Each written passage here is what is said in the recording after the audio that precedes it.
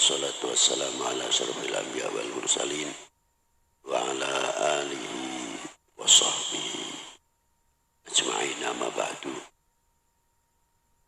Berkata Musannif Syed Ahmad dalam kitab yang baru saja dibaca setiap Jumat Kliwon Jami'il Usulil Awliya, menerangkan peranan akal. Yang di sini pada waktu Jumat Kliwon hari ini membahas akal apabila sudah kehilangan cahaya. Cahaya yang dimaksud di sini adalah nurul ma'rifah. Sebagaimana di dalam kitab Wirdul Kabir, yang mana wirid-wirid tersebut mengambil dari hadits nubuwah. Di situ ada salah satu doa, Allahumma ahyi qulubana bi nuri ma'rifatika wa mahabbatika. Ya Allah, cahayahilah hati kami dengan nur makrifah kepadamu dan mencintaimu. Hati yang tidak terlepas juga mempunyai peranan besar. Sangat memerlukan sekali dengan adanya nurul makrifah supaya hati itu sendiri tidak menjadi hati yang ghaflah, hati yang lalai kepada Allah, lalai kepada Rasulnya Sallallahu Alaihi Wasallam. Yang lalai kepada Allah itu bukan sekadar maksud kita lalai berzikir, tidak. Banyak sekali kalau kita bahas lalai mensyukuri apa yang telah diciptakan oleh Allah, sehingga diberikan kepada kita bagian rezeki kita semuanya. Contohnya ketika kita ini makan, banyak mengucapkan Alhamdulillah setelah makan. Tapi jarang orang mengatakan Alhamdulillah sebelum makan. Banyak orang mengucapkan Bismillahirrahmanirrahim, memang sunnah sebelum makan.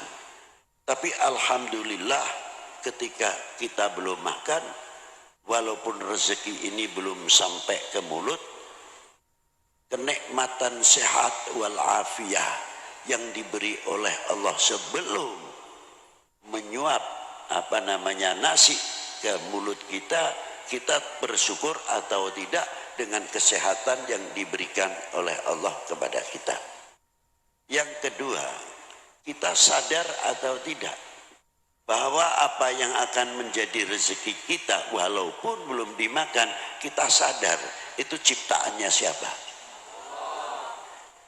Kalau kita sadar akan ciptaannya Allah dan menjadi rezeki kita, pasti kita akan menghormati kepada si pemberi rezeki. Itu paling tidak.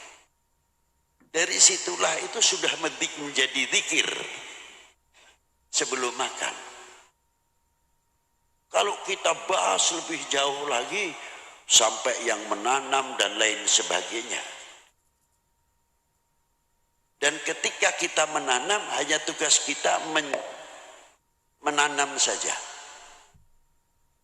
Tebar, tandur. Kalau kita lihat sebatas kekuatan itu, siapa yang menumbuhkan? Siapa yang menumbuhkan? Allah Subhanahu wa Ta'ala. Akal, ikhtiar hanya sebatas menanamkan. Ini agak dewasa sedikit. Orang mencampuri nafkah batiniah kepada istrinya, mengeluarkan suatu benda. Begitu masuk ke rahimnya sang ibu, ketika meneteskan satu nutfah, lalu kita ditanya, tunjukkan kemampuanmu. Bisakah kita mengelir, mewarnai nutfah yang kita masukkan kepada istri kita supaya hidungnya mancung, supaya meripatnya belalak seperti Huril Ain atau kayak bintang film siapa? Mampu tidak? Mungkin perutnya kasih bedak yang putih biar anaknya putih gitu ya. Tidak mampu. Sebetulnya di situ adalah diingatkan oleh Allah Ta'ala, ditantang oleh Allah Ta'ala, kekuat akalmu itu tunjukkan coba. Kalau kamu merasa kuasa, merasa kuat, tunjukkan. Buktinya sperma yang telah masuk ke janin tersebut, ke rahim calon sang ibu, kami sudah menyerah. Mau jadi hitam kayak mau putih kayak mau merah kayak, terserah kepada yang maha kuasa. Karena tahu kalau ini terserah kepada yang maha kuasa, nurul ma'rifah itulah yang mulai bekerja, yang mulai menuntun hati kita kenal kepada Allah Subhanahu wa ta'ala. Begitu juga yang kita makan. Nah, akal sama. Allahumma ahyi aqlina wa ra'yuna. Hidupkanlah akal kami ya Allah, pandangan kami ya Allah ya Rabb, binuri ma'rifatika, sehingga kita melihat Al-Quran, hadis dan lain-lainnya yang menerangi dalam akal kami selalu kepada nurul ma'rifah, kepada Allah Subhanahu wa ta'ala. Yakin dan sadar apapun yang dinamakan akal adalah makhluk, tempatnya kekurangan. Tidak ada akal yang sempurna. Karena apa? Setiap selain Allah adalah makhlukun, hawadithun, dhaifun. Maka disinilah Rasulullah sangat mengkhawatirkan sekali sampai bersabda, barang siapa menafsirkan Quran dengan hasil mata kepala sendiri, siap-siap sajalah untuk duduk di api neraka. Man fasarul Quran bi ra'yihi. Itu hadisnya sangat kuat. Karena apa? Kalau sudah ra'yinya meninggalkan daripada nurul ma'rifah, cahaya makrifah kita kepada Allah Subhanahu wa ta'ala. Kalau selalu ini menerangi, selalu akan menjadi sebab menuntun kita bisa melihat, ini paham saya yang terlalu keras, oh ini paham saya, belum tentu orang awam bisa mencerna, oh ini paham demikian, kalau saya tafsirkan demikian, orang-orang yang masih di pendidikannya rendah sekali belum tentu memahaminya. Ini ma'rifah. Karena apa? Seorang ulama tetap akan bertanggung jawab di hadapan Allah Subhanahu wa ta'ala. Jangan dikira kita pengaruh yang begini banyak pengajian yang luar biasa yang kita dapati.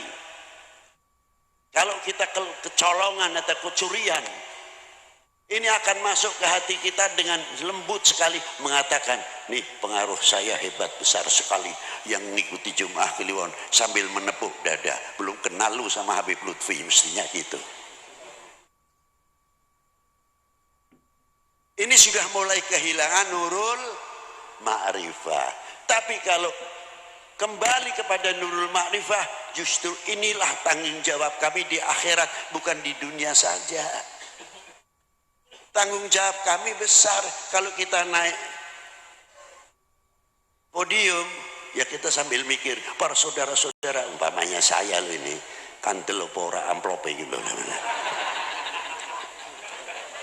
Ya. Tapi mbok yo ngitungo. Ya amplope kandel kaya ngopo, kalimah per kalimah ucapan saya itu kelak akan dituntut di hadapan Allah Subhanahu wa ta'ala. Tanggung jawab kita kepada umat sangat besar ini. Bila mana nurul ma'rifah ini sudah mulai membimbing kita, insya Allah kita semoga menjadi golongan orang-orang yang selamat min dhimmi ra'yi, celakanya pandangan akal. Selanjutnya dan selanjutnya, wassalamualaikum warahmatullahi wabarakatuh.